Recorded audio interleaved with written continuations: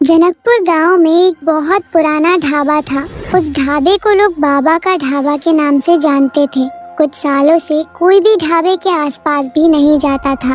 सभी लोगों में ये अफवाह थी कि बाबा की मौत उसी ढाबे में हो गई थी और उनकी आत्मा कभी भी उस ढाबे को छोड़कर वहाँ से गई ही नहीं। सचिन नाम का एक लड़का अपना काम शुरू करना चाहता था और एक होटल खोलना चाहता था। वो जनकपुर आकर एक आदमी से पूछता है, हेलो भैया जी, मैंने ऑनलाइन देखा था कि एक ढाबा यहाँ पर बहुत सस्ते में बिक रहा है। क्या तुम मुझे उस ढाबे का पता बता सकते हो? यहीं कहीं आसपास में दिखा रहा है ऑनलाइन। कौन से ढाबे का बात कर रहे हो आप? उस ढाबे का कुछ नाम तो होगा। बाबा का ढाबा।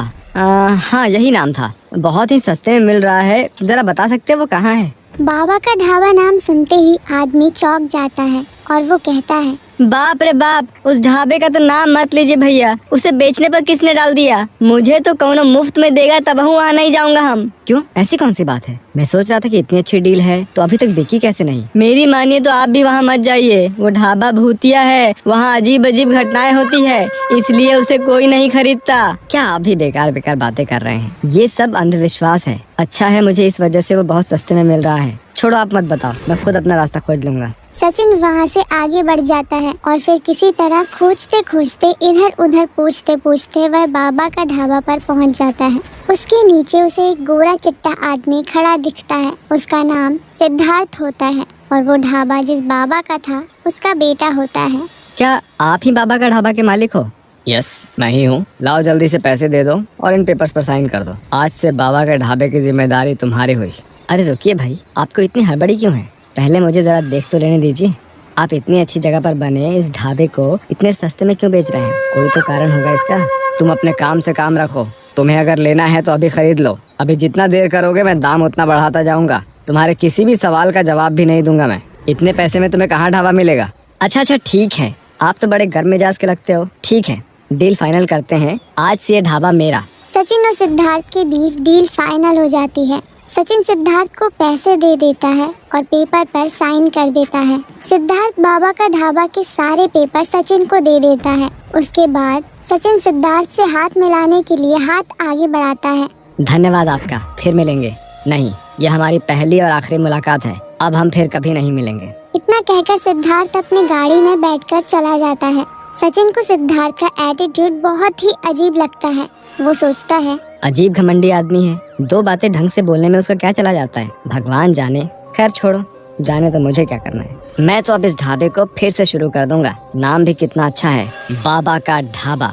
यहाँ पर तो ढाबा बहुत चलेगा भी। मुझे तो कोई बदलाव की जरूरत ही नहीं पड़ेगी। चलो अब मैं इसके अंदर जाकर देखता हूँ। बाबा का ढाबा देखने में ही बहुत पुराना था। उसके दरवाजे खिड़कियों पर मकड़ी के जाले लगे हुए थे। सचिन उसका दरवाजा खोलता है और ढाबे के अंदर से बहुत सारे चमगादड़ उड़ते हैं। सचिन थोड़ा घबरा जाता है। बाप रे बाप, ये ढाबा तो लगता है सालों से खुला ही नहीं है। बहुत ही ज्यादा गंदगी है इसमें। साफ सफाई के लिए आदमी बुलाना पड़ेगा। सचिन कुछ मजदूरों को साफ सफाई करने के लिए बुलाता है और वो भी बाबा का ढाबा देखकर ये कहकर भाग जाते हैं कि वो वहाँ पर काम नहीं कर सकते।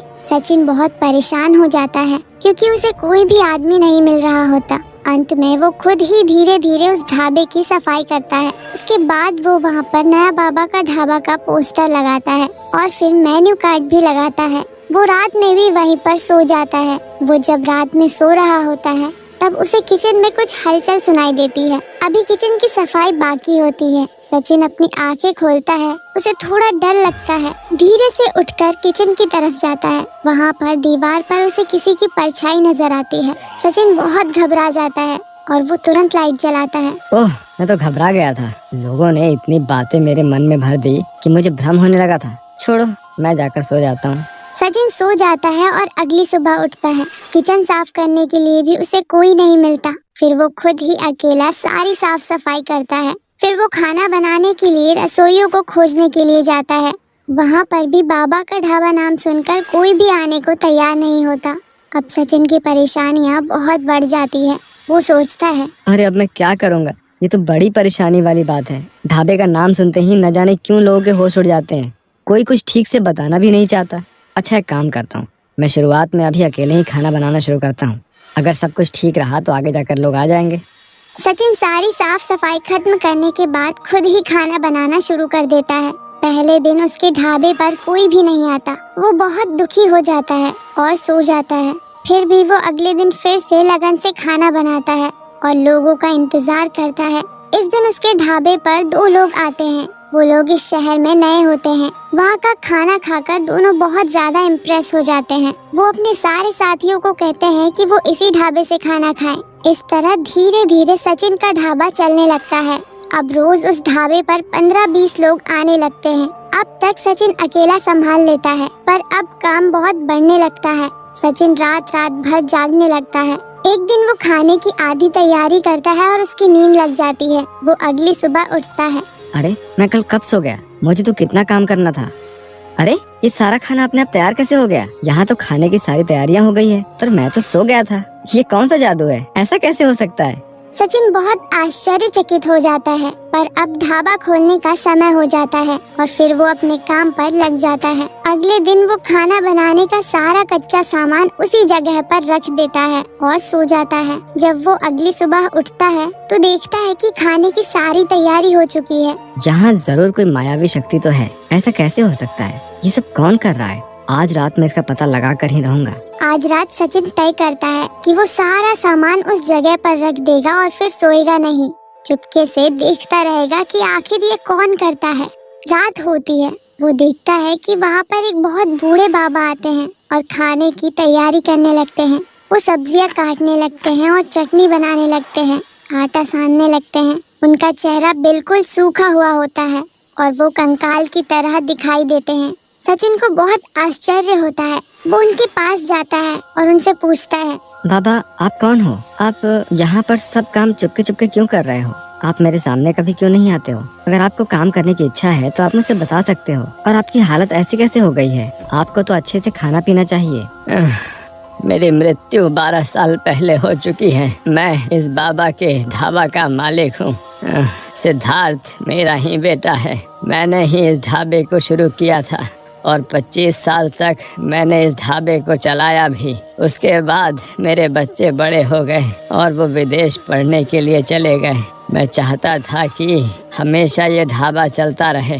सिद्धार्थ से मैंने ये बात कही भी, पर वो एक बार विदा लेकर विदेश गया, फिर कभी लौट कर नहीं आया वहाँ से। कभी कोई संदेश या चिट्ठी, कभी कुछ भी नहीं भेजी। उसके बाद मैं बहुत अकेला पड़ गया यहाँ पर। इस ढाबे को चलाते रहा और फिर मैं कमज़ोर होता गया और फिर इसी तरह से इसी ढाबे की रसोई में मेरी मृत्यु हो गई। तब से मैं यहीं रहता हूँ। मैं कभी नहीं चाहता हूँ कि यह ढाबा का नाम बदले, इस पर कुछ और शुरू हो। जो भी लोग इसे खरीदने आते हैं वो या तो इसे तोड़ने की बात करते हैं या किसी और चीज़ में बदलना चाहते हैं। इसीलिए मैं उन लोगों को खूब डरा देता हूँ और भगा देता हूँ। पर तुमने ऐसा नहीं किया बच्चा। तुमने मेरी नाम और मेरा पहचान नहीं मिटने दी, इसीलिए मैंने तुम्हें कभी कुछ नहीं किया। मैं भी तुम्हारा काम में हाथ बटाऊंगा ताकि मेरा ढाबा फिर से चल पड़े। बाबा के ढाबा को फिर से जिंदा करने के लिए तुम्हारा बहुत बहुत शुक्रिया बेटा, तुम्हारा बहुत बहुत शुक्रिया।